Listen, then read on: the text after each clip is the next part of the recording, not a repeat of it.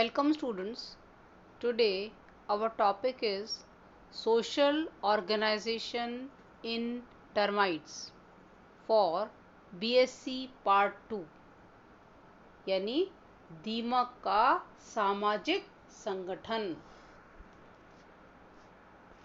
दीमक का सामाजिक संगठन अगर देखें तो पहले देखेंगे दीमक क्या है। टर्माइट, जिसको व्हाइट एंट भी बोलते हैं, ये एक सामाजिक कीट है और संघ आर्थ्रोपोडा वर्ग इंसेक्टा के तहत गण आइसोप्टेरा में वर्गीकृत किया जाता है और इसको 4 जातियों में मुख्यतः कास्ट में बांटा गया है। इनको जातियां न कह के हम ज्ञातियां नाम दे सकते हैं और इन ज्ञातियों को 2 समूह में बांटा गया है। ए फर्टाइल कास्ट, जननक्षम ज्ञातियां।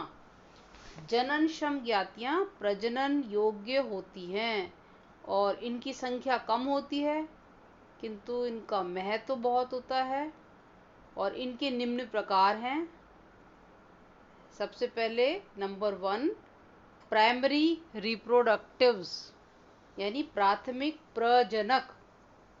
ये जो प्राथमिक प्रजनक हैं ये नर और मादा किंग और क्वीन होते हैं और इनको रॉयल कपल भी बोलते हैं। नर और मादा एक बिल से चींटी जैसे छोटे स्वरूप में निकलते हैं और 2 जोड़ी इनके पंख निकलते हैं पाए जाते हैं, तो ये उड़ सकते हैं और ये दीर्घ पंखी यानी मैक्रोप्टीरस रूप भी कहा जा सकता है। और ये पंख जो हैं सिर्फ नुप्शियल फ्लाइट यानी कामद उड़ान के समय ही काम में आते हैं, बाद में ये पंख झड़ जाते हैं। और इनके सिर पर कंपाउंड आइज भी पाई जाती हैं। प्रजनन के बाद में नर और मादा एक बस्ती बनाते हैं। मादा अंडे देने का काम करती है और इसका जो स्टमक है उदर, वो कई गुना शरीर से बढ़ जाता है, तो ये मूवमेंट भी नहीं कर पाती है, गमन भी नहीं कर पाती है। इस स्थिति को फाइसोगैस्ट्री शूनोदरता कहते हैं। तो एक रॉयल चैम्बर में ये रहती है और अंडे देती रहती है और जो मेल है वो फर्टिलाइजेशन का काम करता है और जो श्रमिक वर्कर्स हैं वो इनको भोजन देते रहते हैं। दूसरा है सप्लीमेंट्री रिप्रोडक्टिव्स यानी पूरक प्रजनन। दीमकों में कुछ जातियों में लघुपंखी ब्रैकिप्टेरस नर व मादा पाए जाते हैं।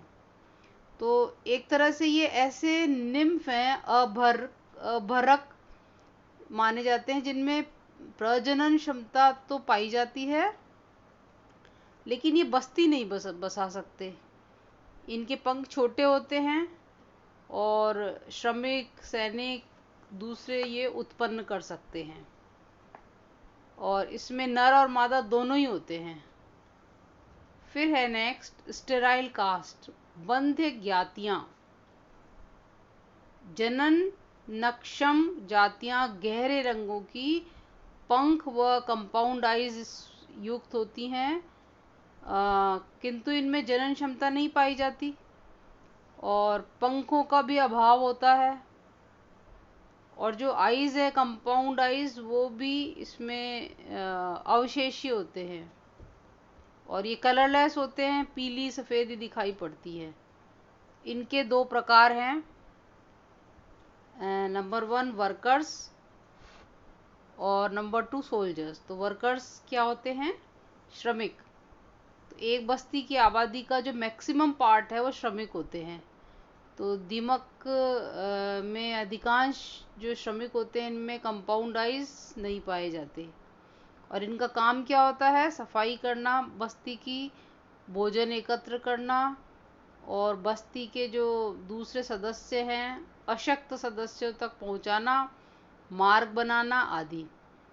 और इनमें मेल और फीमेल दोनों ही पाए जाते हैं। ये डिप्लॉयड होते हैं, द्विगुणित।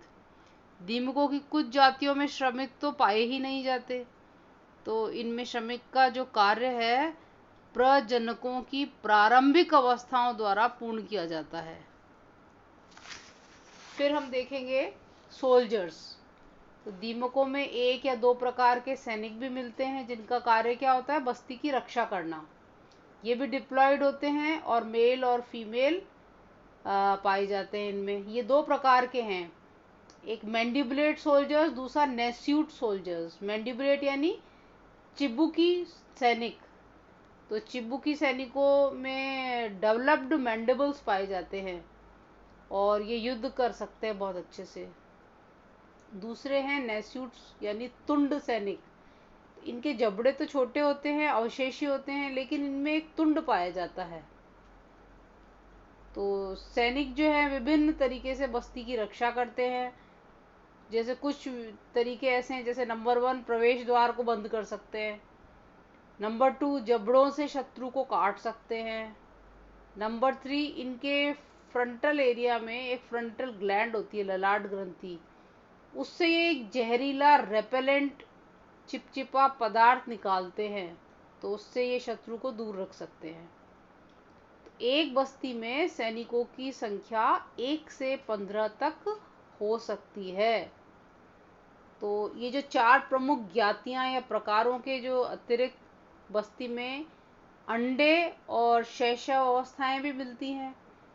एक ही जाति का इस तरह से विभिन्न रूपों में पाया जाना बहुरूपता, पॉलीमॉर्फिज्म कहलाता है। तो यानी टर्माइट्स में पॉलीमॉर्फिज्म भी पाया जाता है। तो अभी हमने जो सामाजिक संगठन देखा है, आप देखिए उसके डिफरेंट चित्र दिखाई दे रहे हैं। तो इन चित्रों में आप देखिए प्राथमिक प्रजनक के अंदर देखिए क्वीन है, किंग है, और इनमें जो है पंख पाए जा रहे हैं। फिर आप इधर वर्कर्स में देखिए, वर्कर, इसमें एंटीना है, रिप्रोडक्टिव निम्फ और frontal rostrum, nymph, eggs, mandibulate soldiers. तो ये डिफरेंट जो इसके कास्ट हैं, ये मिलकर के और पॉलीमॉर्फिज्म को दर्शाते हैं। फिर हम देखेंगे, नेक्स्ट है पार्ट, कि इनकी दीमकों का आवास और वितरण। तो ये जो टर्माइट्स होते हैं, अगर इनकी लाइफ साइकिल को देखें तो इनमें क्या होता है, राजा और रानी पाए जाते हैं। और जैसे बारिश का जब मौसम होता है तो इनमें पंख निकल आते हैं और ये लाइट के आसपास आपको उड़ते हुए नज़र आ जाते हैं। इसको बोलते हैं स्वार्मिक या वृंदन, खुली हवा में आ जाते हैं ये। और रात को नुप्शियल फ्लाइट करते हैं और उसके बाद में नर और मादा जो है पंख त्याग देती हैं और जोड़ा बनाते हैं। और आप सुबह जब उठेंगे, आप देखिए बारिश के बाद तो आपको टूटे हुए पंख भी दिखाई देंगे। ज़्यादातर जो टर्माइट्स होती हैं उनको तो ये छिपकलियाँ, मेंढक, पक्षी खा जाते हैं। कुछ होते हैं जो नीचे ज़मीन में चले जाते हैं और फिर ये जोड़े बना लेते हैं। तो नर और मादा जब बिल बनाते हैं तो इसमें फिर अंडे देते हैं। तो अंडे की देखभाल जो है, भरकों का पालन, यही नर और मादा ही करते हैं पहले शुरुआत में। जब पहली जनरेशन आ जाती है, एडल्ट हो जाती है, तब फिर नर और मादा केवल अंडे देने का ही काम करते हैं। बाकी का जो सारा काम है, जो वर्कर्स होते हैं वो संभाल लेते हैं। तो बाकी का सारा जीवन जो है इनका अंडे देने में निकलता है। तो रानी और राजा लगातार जब अंडे देते रहते हैं तो इससे इनकी संख्या जब तक देते हैं, जब तक इनकी संख्या पर्याप्त बढ़ नहीं जाती। जैसे कुछ जातियों में 1 मिनट में 60 और प्रतिदिन में 2000 से 3000 तक अंडे दिए जाते हैं। और कई जगह शाही दंपति की आयु होती है 15 से 50 साल तक। और एक बस्ती में लगभग 15,000 से 5 लाख तक के सदस्य हो सकते हैं। और बस्ती में कौन कौन होंगे फिर, श्रमिक, सिपाही और जननक्षम सदस्यों का अनुपात फिरोमोन्स द्वारा कंट्रोल किया जाता है। तो अगर हम इसकी व्यवस्था को देखें तो आप ये जो चित्र देख रहे हैं, देखिए ये व्यवस्थित बस्ती होती है एक, जिसमें रानी जो अंडे देती है वो 7 दिन में स्फुटित हो जाते हैं और श्रमिक फिर इनका लालन पालन करते हैं। 4 से 10 इंस्टार के बाद ये एक एडल्ट में परिवर्तित हो जाते हैं। तो बस्ती में जो अंड कक्ष के अलावा क्या क्या आपको दिखाई दे रहे हैं, देखिए गलियारे, वायु हेतु मार्ग, खाद्य भंडार, उद्यान, ये भी होते हैं। तो कुछ जो दीमक की जातियां होती हैं, इनमें विशेष कक्षों, उद्यान या गार्डन्स में कवक की खेती, खुम्बियों या कवक की खेती यानी फंगस गार्डन दिखाई दे रहा है आपको चित्र में, ये पाई जाती हैं।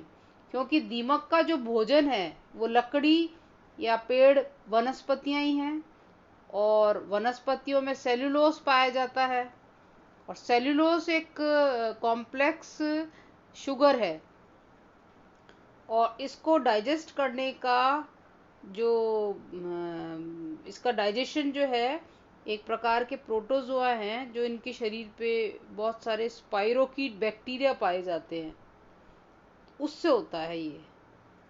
तो इनकी आंत में एक प्रोटोजोआ पाया जाता है। इस प्रोटोजोआ के ऊपर जो बैक्टीरिया होते हैं वो सेल्यूलोज का पाचन करते हैं। तो कुल जो टर्मिटिडे में जो सहजीवी प्रोटोजोआ तो नहीं पाए जाते, कुछ में इनके स्थान पर दीमक की जो आंत में मौजूद जो बैक्टीरिया होते हैं ये काम करते हैं। और क्या होता है कि कुछ जो श्रम यदि मतलब जब ये मर जाते हैं तो जो वर्कर्स होते हैं इनको वापस से जो जीवित होते हैं वो खा जाते हैं। तो इस प्रकार जो ये बैक्टीरिया होते हैं ये वापस इनके पेट में पहुंच जाते हैं बाहर से, तो ये पुनः संक्रमित हो जाते हैं उस बैक्टीरिया से और ये बैक्टीरिया उनको हेल्प करते हैं डाइजेशन ऑफ सेल्यूलोज में। तो दीमकों में जो मोल्टिंग होती है उसके बाद जो वापस से प्रोटोजोआ प्राप्त करने के लिए ये दूसरे साथियों पर ये डिपेंडेंट होते हैं, इसलिए ये सोशल ग्रुप में रहते हैं। फिर दीमकों की जातियां कितनी प्रकार हैं और आर्थिक महत्व क्या है, अगर इसको देखें हम तो भारत में तो लगभग 270 के करीब जातियां इसमें खोजी गई हैं। 30 से 40 प्रकार तो हानिकारक हैं और ओडोंटोटर्मीज जो है ये 38 जातियां पाई जाती है। मैक्रोप्टेरीज और माइक्रोटेरीज ये 2 दीमक की जातियां हैं जो भारतीय वंश की हैं।